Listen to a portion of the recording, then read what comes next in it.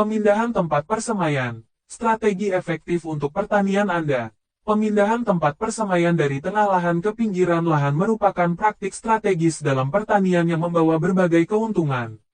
Tujuan utama dari relokasi ini adalah untuk mengoptimalkan penggunaan lahan, mempermudah aksesibilitas, dan melindungi bibit muda.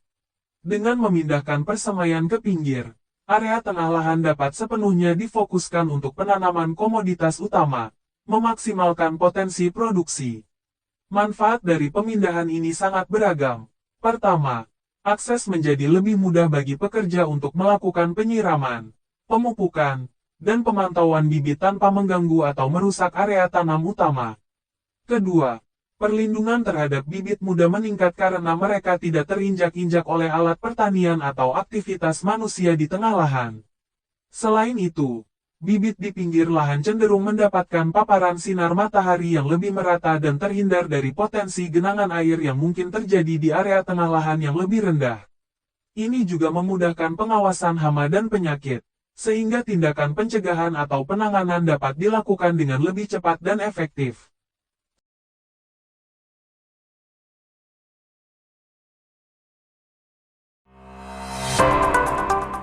Pemangkasan dahan pohon di tengah lahan dilakukan terutama untuk optimalisasi ruang dan cahaya. Dengan memangkas dahan yang tidak perlu, terutama yang tumbuh ke dalam atau terlalu rindang, kita memaksimalkan penetrasi sinar matahari ke area di bawah dan di sekitar pohon.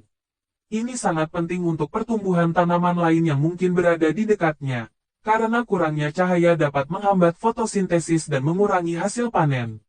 Selain itu, pemangkasan juga mempermudah akses dan mobilitas di lahan.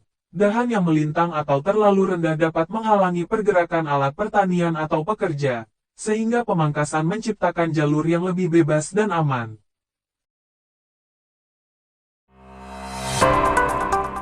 Membersihkan ajir yang sempat tumbuh berdampingan dengan tanaman dan mengganggu pertumbuhannya, karena kulitnya tidak dibersihkan sebelumnya, memiliki dua tujuan utama yang saling berkaitan erat. Pertama, tujuan utamanya adalah memulihkan dan mengoptimalkan pertumbuhan tanaman utama. Ajir atau cabang air yang tumbuh liar dan tidak terkontrol akan bersaing ketat dengan tanaman utama dalam hal penyerapan nutrisi, air, dan paparan sinar matahari.